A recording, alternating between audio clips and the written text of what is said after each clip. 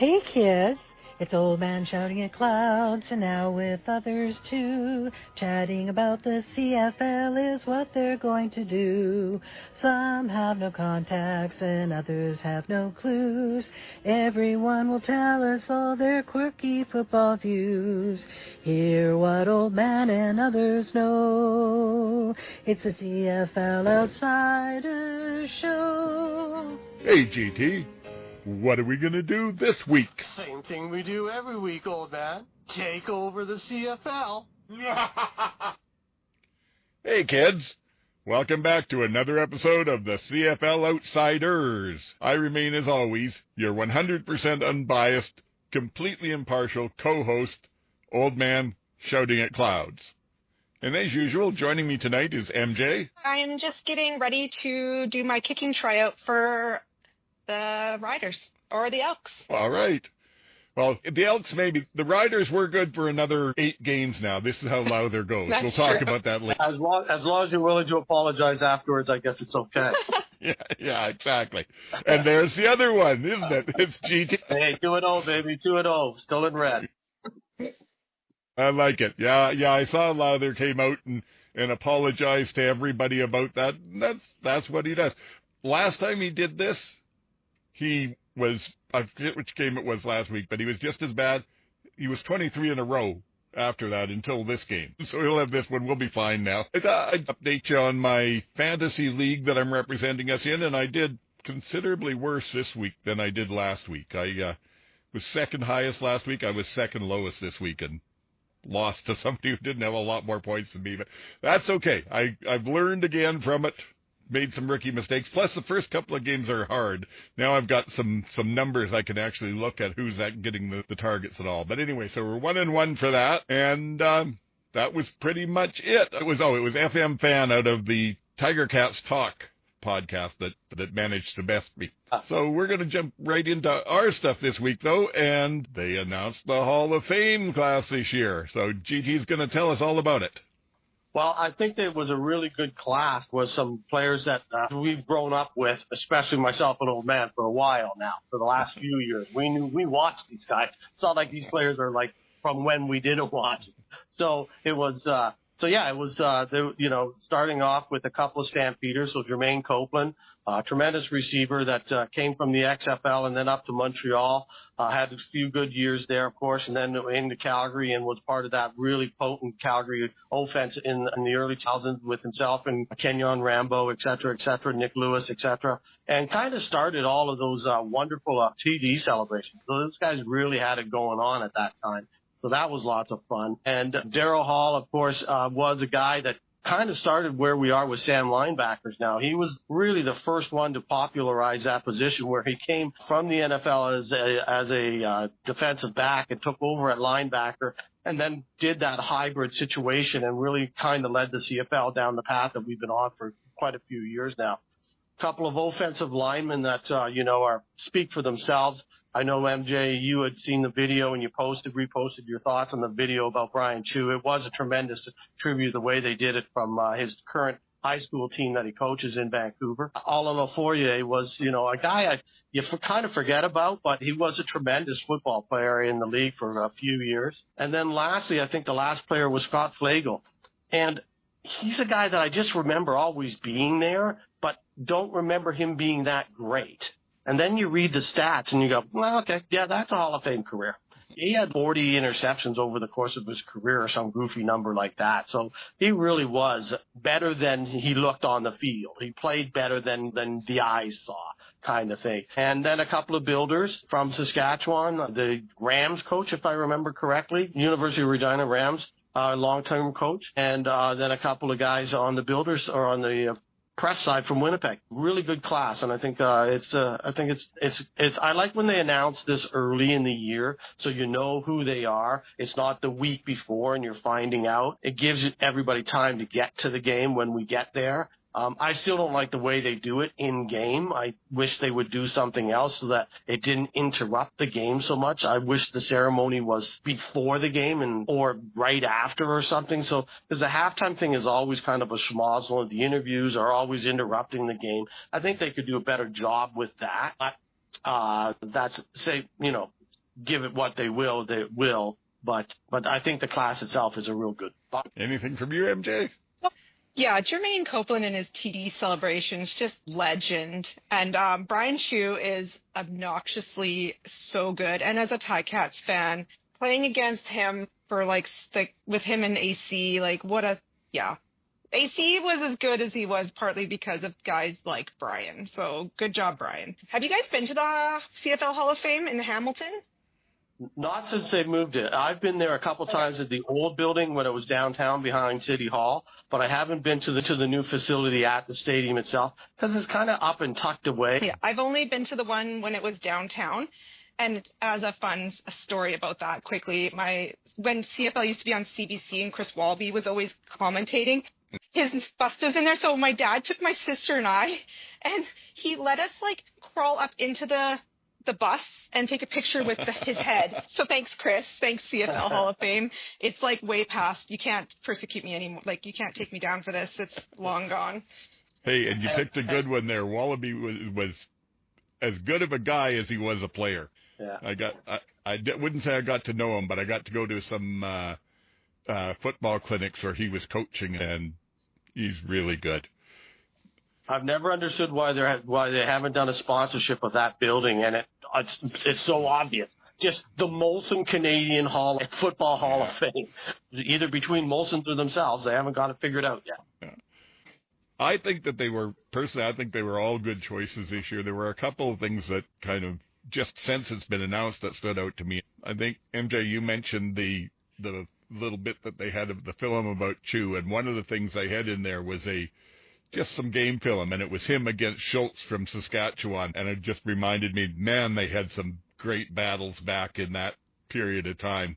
The two of those were about as good as two guys were about as good as you could get at their positions. And then the other comment I was going to say is I remember Hall, and I remember how good he is. I always get a kick out of how people say, though, he revolutionized the linebacker spot with his way to play, the way he could cover, and they say the same thing about LT down in the States, Lawrence Taylor. Well, he revolutionized it. And I always think, you know what? They had the talent to do it. But somewhere there was DCs that thought, we can use these guys this way. So I don't know if they're the ones that revolutionized it or the people that figured it was possible.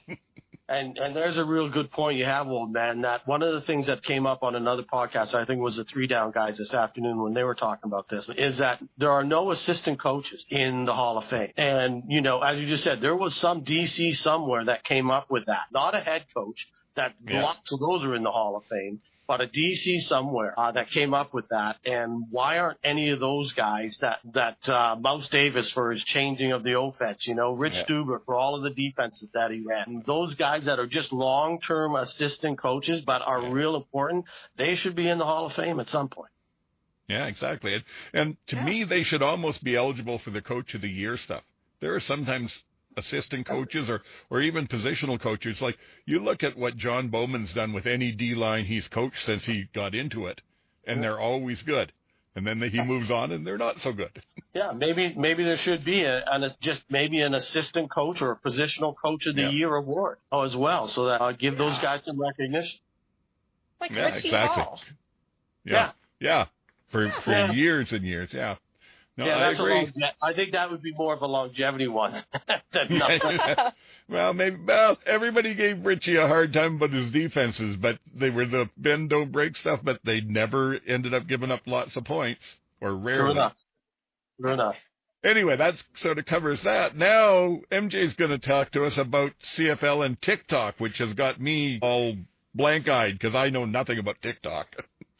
I want to say that just for this show, I re-downloaded TikTok onto my phone and will attempt to keep an eye on this for us. I saw a post on TSN. Yeah, you're welcome. I'm taking one for the team. I saw a post on Instagram. TSN's doing live TikTok feed from the field level. So they had just a clip of what they were doing, and I don't know how this is going to work. Because in the clip, it was at the Toronto game, and Toronto was kicking a field goal. They were over near the end zone, and they were talking about the field goal and whether they thought he was going to make it or not. One of the refs, the back judge, had to come and tell them to move because they were standing over the white line. Then they got in the way of the TSN cameraman, and you could see him. They panned over, and he was glaring at them. So we'll see. They said they're going to do it for select games, so we'll see. We'll see. I guess they're just trying to key into a younger demographic, and this might be the way to do it. So are they doing just like highlights from the game, or is it live of the game? Or? It's live, and it's just ambient sounds from the sideline. Oh. So it's kind of it's just random stuff. Yeah, interesting. That's kind of cool. I mean, again, it's what's going on. So even the stuff where you do get in trouble, and that's what drives views. It's not if it's just another field goal, whatever. But if it's a field goal where your cameraman has got to get kicked out 12 times before he finally gets the shot, and he's walking around and getting yelled at, that drives views. And sometimes I like to sit, like when I have the opportunity, which isn't very often, but sometimes I get to sit close to the benches, and I actually really enjoy it because you can see like everything that's going. There's a whole different game going on when you're near the benches. Point, I was able to get down to the sidelines and watch warm-up from just behind the Stampeders bench prior to the game. And, yeah, it's a whole different – you get a whole different view from there than you do from the next level up type of idea. I'm like next level up. I've gone to about 3 games in Commonwealth Stadium, and every time I went, the fellow that I knew out there had tickets at the very, very top of that. And I imagine you know, MJ, if you've not been there, GT, it's almost a ladder. It's so straight up. Yeah. I would refuse to sit up there if I were you. It was free tickets, and I was young and broke at the time. It'll be fine. Yeah. Anyway, as long as they keep the CFL on TSN and that as well as TikTok, because I don't think I'll be watching it there. So I will keep an eye on my TikTok during game times and see which games they're doing live, or hopefully they'll announce which games they're doing live, and I'll do my best to keep an eye on it as it's going. Okay, you got it. You're our official TikTok correspondent now. All righty. The other thing that I would just want to let people know is just sort of a quick thing. I won't go through all the injury reports, but just a quick list of who did get hurt over the weekend. For Calgary, Bagleton went down definitely, and it looks like it's a longer-term thing there. I heard something about the fact they may have more injuries, but I didn't see a lot. Oh, I can go through them if you want. I can go through them. They got hurt. They got hit pretty bad. Bagleton in that opening drive, and it looks like it's long term. They still haven't announced whether it's ACL or not because they're still waiting for MRIs, etc. But it looks long term. They put Aaron Croft, their long snapper, on the 6th game today, and that was a mess. That's why Paradis missed 2 field goals. And you could see him just hobbling out there afterwards. It was bad.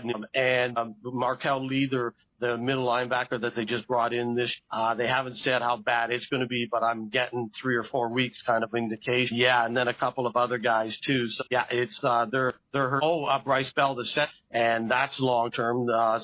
Fortunately, they had Portend, the rookie, step in and played pretty well in that situation, but that hurts as well. So it was like the injury bowl. Yeah. Yeah. I don't know. It seems like it's just, for some reason, every team seems to be getting one game where they get beat up badly. But thanks for that, GT. I saw others on the list, and I saw the long snapper, but I hadn't been able to get how bad it was. Mind you, look, like you said, watching him in the game, we'll talk about that later, but that was a pretty brave effort from him out there on one leg snapping. Yeah. Anyway, so the other ones that were for Toronto, McManus and Cesar both got hurt. They did not participate at practice today so far anyway. And I'm hearing people saying McManus is probably 2 to 3 weeks. And then with Winnipeg, Brady did not participate with his shoulder, and they're keeping it close to the chest, but it sounds like a couple of weeks there. And then the other ones, Kelly in Toronto is still limited in practice, so I don't think we see him this weekend. Brown was still showing as limited, so that'll be a question mark about who goes against Calgary for them. And Emlis in Saskatchewan was limited, so hopefully nothing too serious there. But those were the well-known names that I saw. And you forgot about right. I did forget about Rock, and I've got him right here. He's listed as limited. I posted that on Bluesky today and said, I'd like to know what limited means. You know, did he throw anything? Was it good or bad? And somebody came back and said that Farhan Lauji had put out that he took the number 1 reps on the walkthrough, and then in the actual practice part at full speed or 3/4 speed, that it was Mazzoli that took all the play. So we'll see. Yeah, how could I forget Roar? Anyway, that's it as you're looking ahead for what your teams might do on the weekend and figuring out your fantasy stuff. As you were saying at the beginning, it's been a pretty rough start for a lot of teams early. Considering we're only 2 weeks, it's not every team has lost their starting quarterback like we had that one. But it's certainly some major players are dinged up and pretty well. And it changes the balance of power and some shifting, as I think we've seen with Ottawa. And BC could be in deep trouble too if Rourke can't play for a few weeks. That's going to put them behind the 8 ball pretty, and it allows other teams to sneak up from the backside, and maybe down the road it gets more interesting because it's been some pretty major names already. Yeah, it's only two weeks and 2 quarterbacks are down. If we lose one a week, that's not going to play well. But that's enough of that for now. Next, MJ was going to tell us about PitchCom. Right. So the CFL didn't even advertise this. I saw this on Bluesky from a U.S. news outlet. The CFL is using PitchCom. This is like another star in the moment. Baseball is aligning with my football. Yeah, I saw your once you said we were going to talk about it, I was like, I don't know what that is. So then you had the connection or the link. You're right. So I went back and searched all over to see whether the CFL made any announcement, and they didn't. There's been nowhere that I can see, and I think you got the scoop on this, MJ. I've seen no one else talk about this at all. None of the other sports guys, none of the other team guys, none of the other podcasters have mentioned this at all. So I think you got the scoop. Good for you. And it's pretty exciting. So fill us in. No, this is great. I'm glad you're excited about it because I'm really excited about this. So for those who don't know what PitchCom is, the MLB started using this in 2022 because the Houston Astros were stealing signs in, 2019? In garbage cans. They had cameras in garbage cans stealing signs. And you know how the catchers used to do, and then people on second baseman were trying to steal signs and they're signaling back to anyway, it went too far. So now we have PitchCom. So now PitchCom, what it does is they send a play. So the pitcher and the catcher have it to relay pitches to each other. And 3 other fielders are allowed to have it. So usually the first baseman has it, especially if they want to do play-ons and, check runners, and second base usually, and sometimes either third or shortstop. And some people use outfielder, but most of it's so the infield can know what the play is. And so now the CFL, actually PitchCom went and pitched it to the CFL at the Coaches Association. I think it was in North Carolina, their conference there. So PitchCom went and pitched it to them. And they're like, okay, we'll try. So PitchCom designed a whole new system for CFL. So it's the defenses that are using it. Not offense, just defense right now. And so every single defensive player on the field right now has PitchCom in their helmet. And what they've done, because in baseball it's pretty simple because it just has the pitches and then play on. So they've modified it to make it usable for the CFL. And so the defensive coordinator has control of the PitchCom. And they have, and every coach on the sideline has the PitchCom, and the defensive players all hear the play call. So they've done it into 2 and 3 digit combos for different plays. And so if it's, say they put out a 5-3, if you hear 5-3 in your helmet and you're the safety, you're like, okay, this is where I'm going. Or a D lineman, or a line, so they all know, or a DB, and so they know what the play is. So now, so instead of them looking to the sideline and trying to get a signal from the coaches, or how you'd always see a quarterback like this trying to hear a PitchCom and then they're in the huddle, but you can't really do that on defense.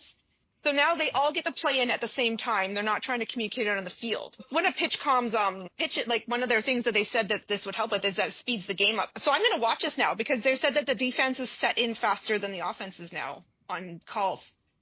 So the defense is set, ready. They've had their PitchCom relayed to them. They all know exactly what they're doing. They're set. Wow, that is something. And is it, when you say that they communicate it, so is it a verbal thing where they hear the number, or is it something where there's the number flashes up for them somewhere, or they must hear the number, because in baseball they'll say that every once in a while the pitcher will take it out, or the catcher, and they're like, I can't hear the PitchCom, and then they'll have to go get a new one.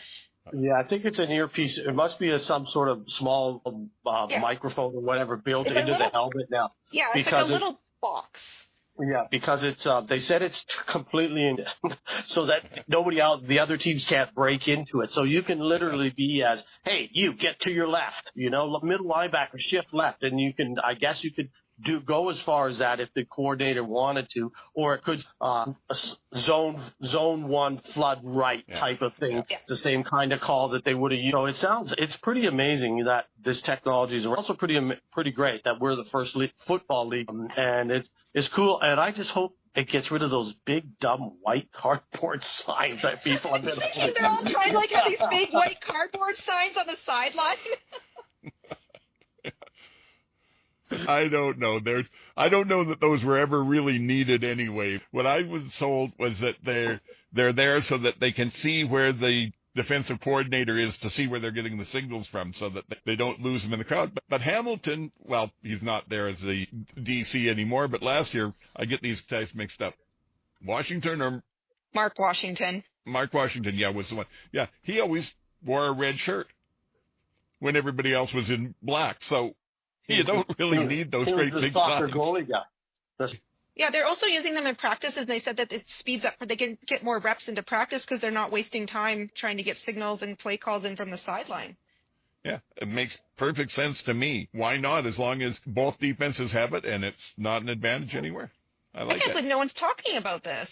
Yeah, exactly. And what I thought was, I wonder if this is a change, what we had under Randy and what we're getting under that over-promise, under-deliver, now under-promise, over-deliver. Don't talk about it till it's working. Don't go out and say this is going to be the greatest thing since sliced bread. Like the old stats versus the new stats system and all that nonsense we went through.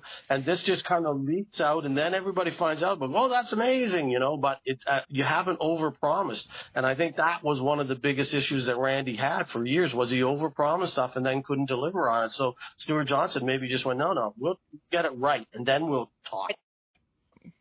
Hey. A scoop for you, MJ. We like it. Love it. Hey, folks. George here, the fellow that shares the same brain with Oldman. Sorry to jump in the middle of the podcast here. I get to do the editing, and we have another glitch. GT worked great for the first half of the show. Then his connection dropped, and he came back in, and it seemed to be perfectly good again, except when I got to the editing portion, it all sounds like this.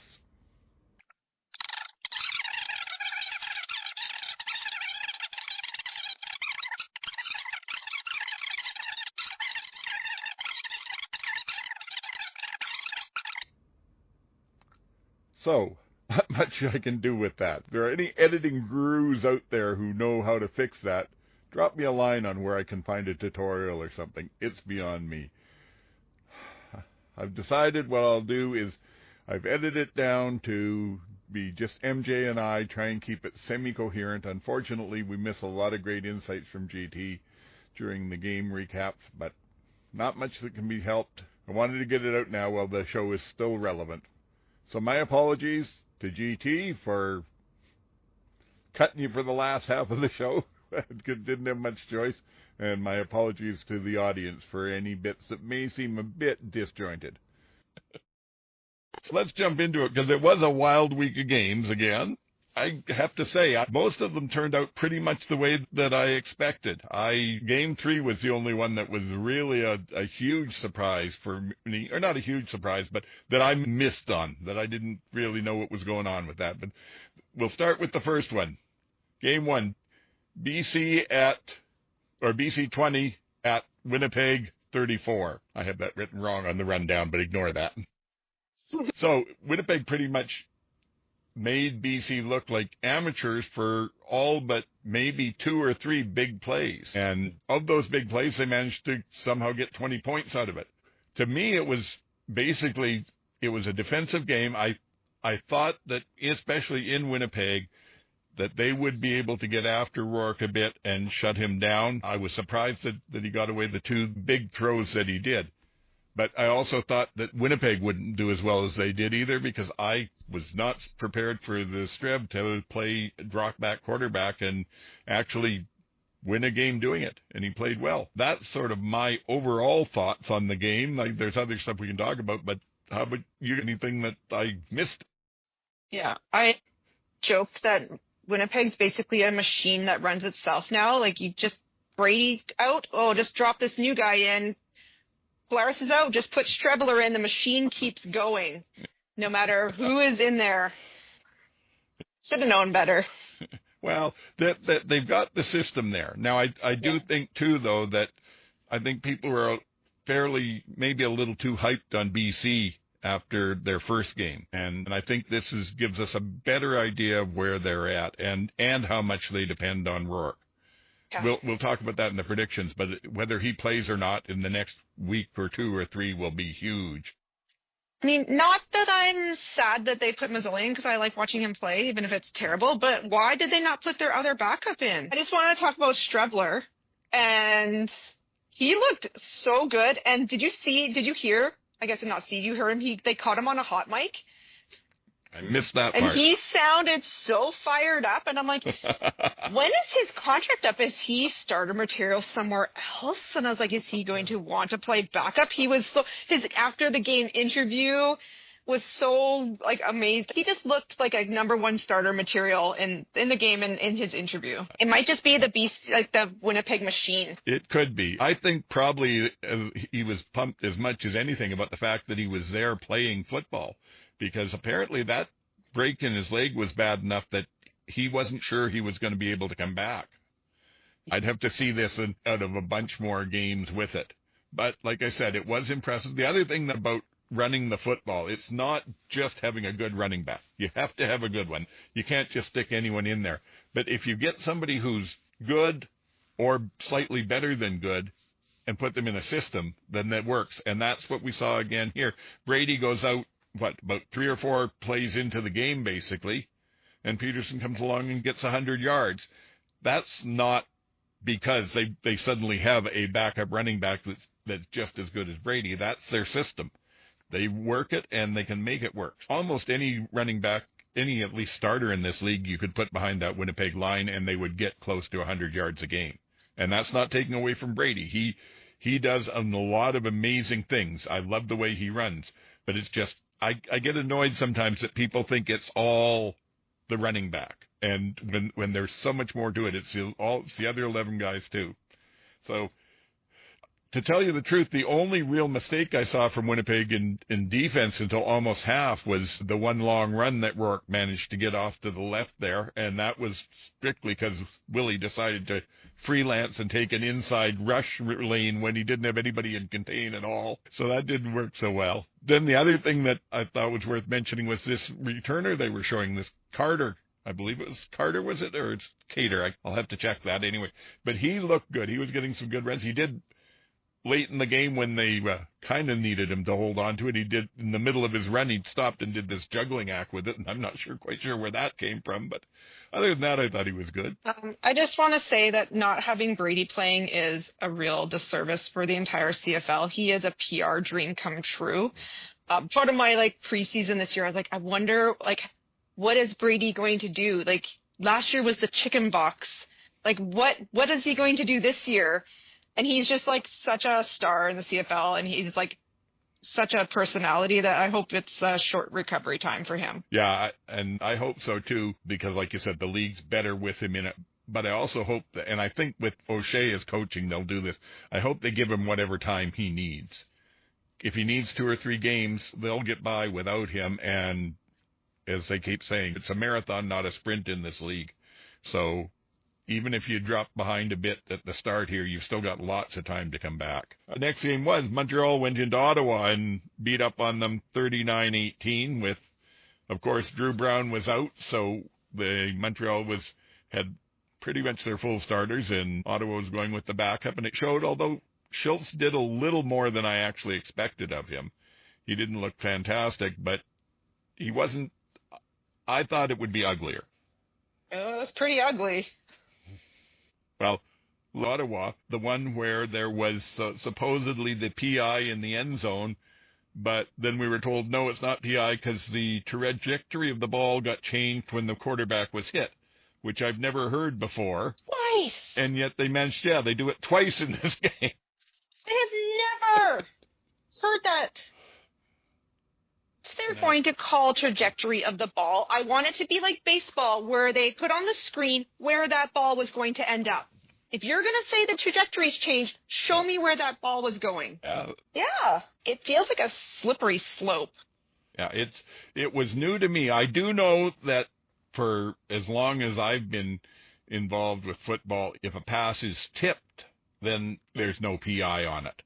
So if it gets tipped, say, at the line of scrimmage, then that wipes out any PI. Or if the DB touches the ball before he hits the player, stuff like that, then that's not a PI. I've never heard it put forward as something where they're saying because the hand got hit. But it must be in the rule book, because it certainly wasn't one they listed as a change for this year.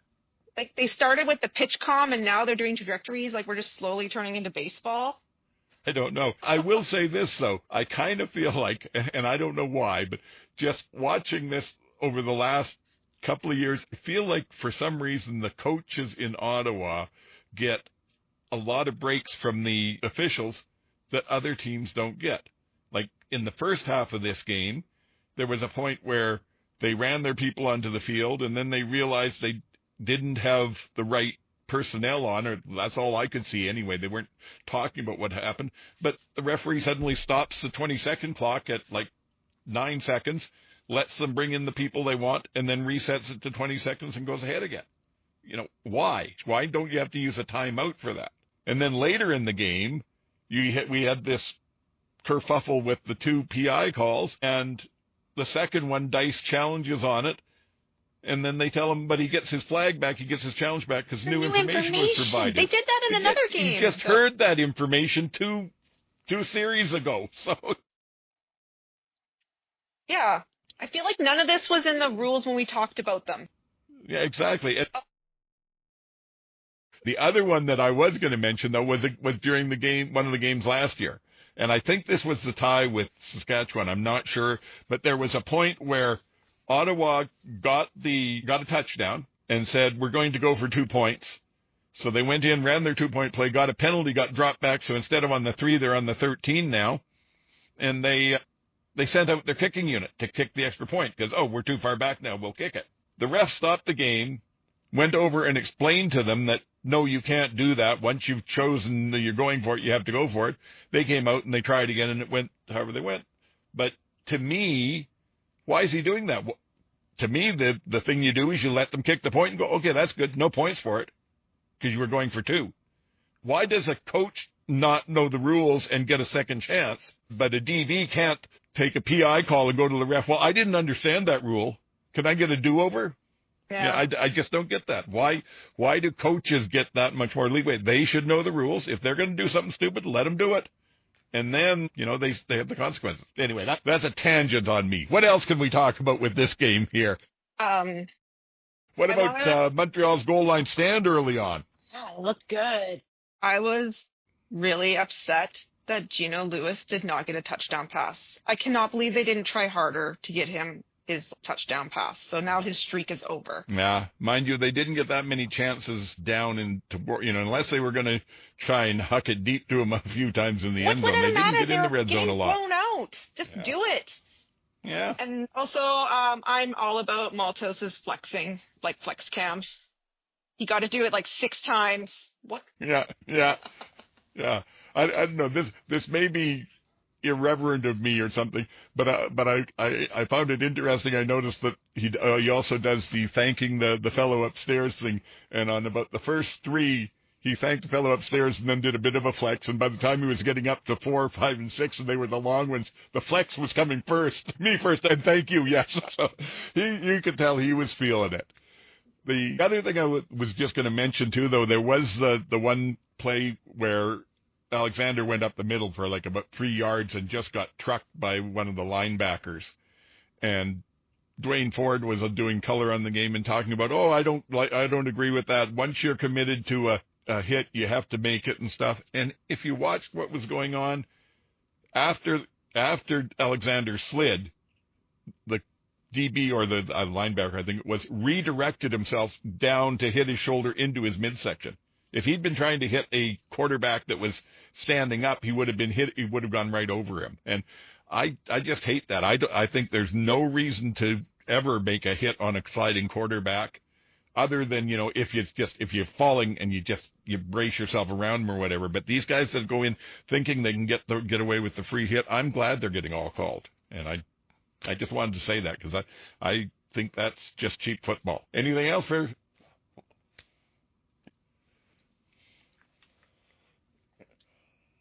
The last thing maybe that I'll say on this game is I took Philpott as one of my fantasy players. I teamed him up with Alexander, and he had several chances to get big points for me, and they interfered with him over and over again. It felt like they were taking penalties rather than letting him catch anything. It pissed me off, frankly. How dare they? Yeah. I also took Barnes from Calgary, which is something I should have known better than not after one big game, and unfortunately you got a 0 there. But I think that gets us out of Montreal and Ottawa, and we're at our intermission time. It's time for MJ's Family Football Talk. We are family. Yeah, I just wanted to say happy Father's Day to you guys and to like all the fathers and father figures out there. And I just want to tell a quick story about my dad. And I did tell one earlier, which was actually maybe even of a better story. But this one's about like just how much he loves me and my sister. My parents went back to Hamilton. I think it was for a wedding or to visit someone. And my parents went down to Jackson Square to the Hamilton Tiger Cat store to get us a matching shirt and toque. And the lady tried to give him one bag, and he was like, no, I must have 2 separate bags because each daughter of mine must have the exact same gift, so it's fair. So thanks, Dad. We love you. You sounds like you're a lucky woman. And thank you. Yeah, we forgot to say Happy Father's Day last week coming up, but I hope everyone had a great Father's Day. And no CFL, but you know. I guess that left us free to do other stuff. Oh, let's jump on to the next one then, the Game 3, the Saturday games. February 29 at Toronto 19. I thought that Toronto would take this one. I got to say that. I didn't think that their defense would play as badly as they did, and I didn't give Calgary enough credit for both sides of the ball there. I don't have a lot of notes on this one, but one of the ones that I have here is that Calgary's making a lot of us look really silly for our preseason predictions now. Yes. We'll find out as time goes on, as they start getting a little bit of the injury bug going on, and as they start hitting into some of the teams like Winnipeg and Montreal, we'll get a better idea where they sit. But they've certainly looked better than anything that I was expecting out of that team. Like I said, I didn't have a lot of notes for my stuff on here. The McManus slam, suplex, however you want to call it, all he had to do, he had him wrapped, he could just fall over himself, and it's a safe play. That Arbuckle took a pretty big hit himself, but unfortunately it was from Ryan Hunter. Because there was part in that second half, I don't know how it happened. Hunter ended up basically wrestling with a defensive lineman who was between him and Arbuckle. It was like he was trying to push him into the quarterback. The D lineman, once the pass went, stepped out of the way to get downfield, and Hunter carried through and smacked Arbuckle with a fairly good hit. I don't know how that happened. It's a 1 in a million thing, but you're having a bad day when even your O-line is up. It was worth watching that game just to see that. Something else I've never seen in football before. I have just 2 things I want to talk about. The first, after Reggie got hurt, they showed a clip of VA going over and talking to him and giving him a hug. And, it's just nice to see he's, building such a rapport with his receivers already on that team. And it just shows, look how Jalen's game. They're building such a good thing out there. And not having a backup snapper or someone else who can long snap on your team or even practices a little bit is a disaster. Because they made him go on that game onto the field. He was hobbling around, and I felt so bad for him and Paredes. All right, anything else for you on this, or do we move on? They said the Argos signed Kevin Brown today. I saw that. I even posted it and said, methinks they would have been re-signing Carey if another team hadn't been smart enough to scoop in there. Yeah. And watching, we'll talk about it now. We'll go on to Game 4. Saskatchewan 28 at Hamilton 23. And Carey got a couple of runs in there. I don't imagine he knows the offense all that well yet, but they used him some. AJ looked good with a big run. Other than that, to me, it was sort of almost like two different games. There wasn't really great quality football in the first half on either side. And then in the second half, there were still mistakes being made, but all of a sudden, things were working. And it was getting exciting when either of them had the ball. It was nice of Saskatchewan to have a terrible kicking game so that you left 10 points off the board so it looked closer than it was. Yeah. Well, 9, actually. We got the 1 back oh, on that's right, 9. We missed the field goal and got a point for it. Yes. Yeah, and that's Lowther's game of the year. As long as we win it, then we're okay. He knows about the wind in Hamilton, though. Yeah. He's not a rookie. Yeah. He knows about the winds. Yeah. I don't know what it is. He's either almost automatic or he can't hit the broadside of a barn. And it's just, if he gets those games, I don't know what it was. I was impressed. He apologized for it, and he didn't blame it on the holds or the snap or anything. He said, it's all me, so I think he'll come back and he'll do fine. Yeah, no, he won't get the McCallum treatment, I'm sure. Honestly, he doesn't need to apologize. You know who should apologize? Tim White for dropping passes. Yes. He did. He did get that one.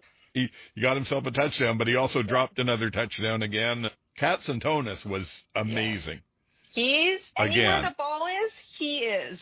You can't throw down the middle because he's there. You can't throw to either of the outsides because he's got the range to get there for them. It's just... Did you see that replay where they showed him coming across like the entire field? He's all on the level now. He's like quite the... Oh, yeah. He is quite the character. He's been posting on his Instagram all week about all the interviews and all the play calls, and it's always nice when Dustin's calling your games because you get a really nice soundbite for yourself. Just like with Kenny with his big vertical jump there that they showed 7. Something else that I just wanted to mention, because there's things in the game that I like just because it shows the sides of the game we don't always see. And there was one play where Hamilton had the ball, and it was a pass to Lawler. As they all came together, there were 3 or 4 players sort of involved in this. And as Lawler was going down, Sales from the Riders was running past, and just the way it worked out, Lawler's helmet came down, the side of his helmet square on the thigh pad and knee from Sales, which could give a concussion. Okay, but it's part of football. You get that. Anyway, the scrum's all over. And then as they're getting up in the middle of it, I notice you can see Sales kind of just on the shoulder of Lawler. You okay? And Lawler back, and then a hand slap. And that's nice. We all know it's not dirty play here. It just happened. And it's not for the fans or anything. Nobody's going to notice doing that. But it just shows the respect the players have for each other. And small league. Those everyone things matter knows to everyone. me. Yeah. Yeah. I also thought one of the things that I do with the Riders, just cause, is I watch the game, and then later on I go back and I listen to the radio call on it just to see if they're talking about stuff I might have missed. And I got a kick out of it because when that whole challenge thing went down it wasn't a challenge, it was a challenge. And on the radio, they're talking about, and Mace, he's I wouldn't want to be the gum. He's working the gum so hard. This is such a tense moment. And they're going through all this. And I know, because I watched the game, that in the middle of all this, there's a shot where the camera's on Mace and he's watching to see what's going to happen with it.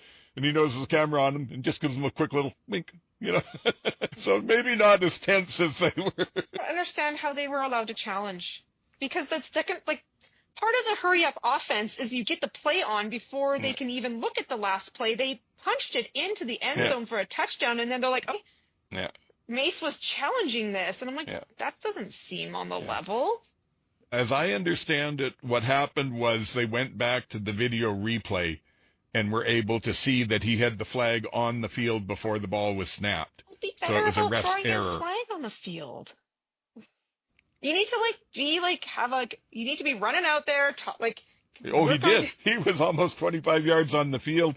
And like I said, whether you can agree with it or not, but that was the ruling that I heard, that because the flag came out, there was no play. That was the flag coming out in that situation. The ref should catch it and whistle it dead. It's the same. Thank goodness it wasn't something where they were on the 40 and got a long pass for a touchdown that got right? negated, because that would have been really...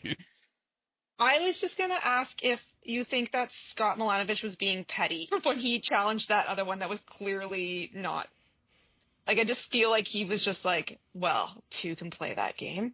Yeah. And just went for it. I'm like, okay. I don't know. I think with both of them, it was just that they were plays that could have did make a difference in the game. And both coaches knew that they probably weren't going to win those challenges, but it was still close enough that you give it a try. Because again, that catch by Myers that got challenged, that was a hell of a catch. And if he didn't look closely, you could have missed the toe touching down. But hey, at least there's some drama. You keep saying, MJ, you're here for the drama, so we get some of that with this. You know, I don't know if the man in the back of my head that's a Riders fan is changing my judgment on this or not. But I was okay with them allowing it, because if they can prove that the flag is out before the plays run, then I think that's it. And the other thing in the broadcast, they pointed out that as they did the replay before the ball was snapped, you could see Jameer Thurman yelling at the ref and pointing over where their bench was, trying to say, we've got a challenge out, we've got a challenge out. Well, then, like, what's the point of hurry-up offense? What's the point of your hurry-up offense when you can just, like, after a play, be like, guys, hey, look, like, our flag was out? What's the point of the hurry-up offense? Well, frankly, to me, the hurry-up offense there cost Saskatchewan their challenge, because if they'd had more time to look at that, I don't think the flag ever would have come out. It was because they were lining up that he made it on sort of a hope, a wing and a prayer, as it were, and because it didn't take a lot of looks to realize, he had possession, and that wasn't going to work. Also, just on this, I want to just point out how much better Litry is at his short yardage. Oh, wow. I'm so impressed with him. Last year, they got stuffed 5 times in a row against the Argos and had to kick a 10-yard field goal. Worst game I've ever... Anyway, it was embarrassing. So they looked a lot better. And I was worried after that they called that back, he was going to get flustered, or they were going to get flustered, and but they punched it back right again. So that was a positive for Hamilton. Yeah, if you're ever going to have that happen, that's the position for it. And Litry's always impressed me. He's a football player. You know, he may not be the fastest guy you've got out there. He may not have the vertical some of them have, but he's a football player. He goes out and gives it everything he's got every time. And the last thing that I will say is an interesting game all the way through, but to me it was worth the price of admission, just the last 2 drives that the Riders made, the catches that Keyshawn Johnson and Dante Myers were making. They made just some incredible catches in those 2 drives. The first one where they got the score, and then the second one where they set up the missed field goal. But still, that was some nice receiver work. The balls weren't easy. So I guess we need to now talk about what's coming up next week. Our game predictions here. I'm just going to pull this up. I should do that too as well. Last week we were, we had BC. We had BC, so that was a loss. We had Montreal, so we were okay there. I think we took Toronto, did we not? We did. So we had Toronto. Basically, we were 2-2 then, because we had the Riders in Montreal right, and we got BC and Toronto wrong. So next week I'll actually bring up to the minute stuff for each of us too. So let's talk about this week coming up. So we start out with the Alouettes at the Elks. What are you thinking? Montreal. Just as simple as that? No comments or anything? Yeah, I think you have to go that way too. I'm hoping the Elks get within like a score, or at worst, maybe 8 or 10 points of it, because that would be an accomplishment based on what they look like against BC. I think that the Elks are going to make a game of it, but I don't think they're going to win it. No, I agree with you. We'll go Montreal with a sweep on this one. I hear people talking about the CFL usually falls into like 3 tiers of talent. You've got your really good talent at the top, you've got your middle group, and then your stragglers at the bottom. And frankly, right now that top tier is Montreal, because they are head and shoulders above what anybody else is playing. So then we go on to the Friday night game, which is the Rough Riders at the Argonauts. Looks like Chad won't be playing. Riders. I said Riders. See, and I am struggling with this one. In fact, if Kelly was in for the game, I'd feel better. I would pick Saskatchewan, no problem. Not that I don't think Kelly's a good quarterback, but I think if he was in, then it would be a tight game. And in those circumstances where everybody's playing and playing well, Saskatchewan's got the edge. But 4 decades of watching the Riders, these are the games they lose. When they go in, somebody's on the ropes, beaten up, looks like they don't have a chance. Somehow they lose more than they win. So I'm going to take Saskatchewan just because I have to, but I won't be surprised. It's Rider football. The other thing that's going to be a key in this is, does Toronto manage to shut down the run the way they did relatively well against Calgary? Calgary certainly didn't run the way that they did against Hamilton. So if Toronto shuts down the run, maybe they've got a shot. But I don't think the offense, I just don't see it right now. Remember when we thought that the East was going to be was heads and shoulders above everyone else this year, and now look what's happened? Yes. Remember when we thought Calgary was going to be terrible and lucky to win a couple of games? There's a reason they play the games, as they say. So let's see, where else do we have this? So then that takes us on to the Saturday one here. Yeah, speaking of. Red Blacks at the Stampeders. Don't know if Drew's going to be in. Stampeders. Just so you know, on my official pick'em, once I see the depth charts, if Brown is in there, I'll go with Ottawa. But if he's not, Stampeders. And for my official, since I have to pick midweek here, I'll stick with the Stampeders for this one. And then our last one that we have here, Blue Bombers at the Lions. BC always tries to trick other teams by making them play at 7 p.m. Pacific, but I think the Bombers machine will not care, and it's just going to roll right through. I'm picking Bombers. Okay, well, I wish I knew about Rourke. I really do, because without Rourke, it's the Bombers, obviously. But if Rourke's in there, I think it's a flip of the game from last week. Because the biggest difference was the hometown crowd and the fact that the Winnipeg defense was getting off on the ball because BC was having to watch the ball same as the defense was. You change that around this week and put the BC with the home crowd there on their own snap counts, able to do what they want. I think Rourke would carve them up. Maybe not carve them up, but I could see them winning by 7 to 10 points. I think Mazzoli, then just never mind. Yeah. Unfortunately, as much as I like Jeremiah as a person and everything he does, it's love you, Jeremiah. not a chance. So I'll go with Winnipeg here because even if Rourke is in, he might not be playing full speed. So we'll have to see. So I'll go Winnipeg there. So we've ended up going with Montreal, Saskatchewan, Calgary, and Winnipeg. Yes. Alrighty, that's it. I'll put them in. They'll be locked in there. We'll see if hopefully better than 2-2. Alrighty, so that does sort of wrap us for here. So any closing thoughts from you, and where can the folks follow you to get your insights outside of this show? You can find me on Bluesky at Sports and Plants, and I just want to wish everybody a happy Pride Month.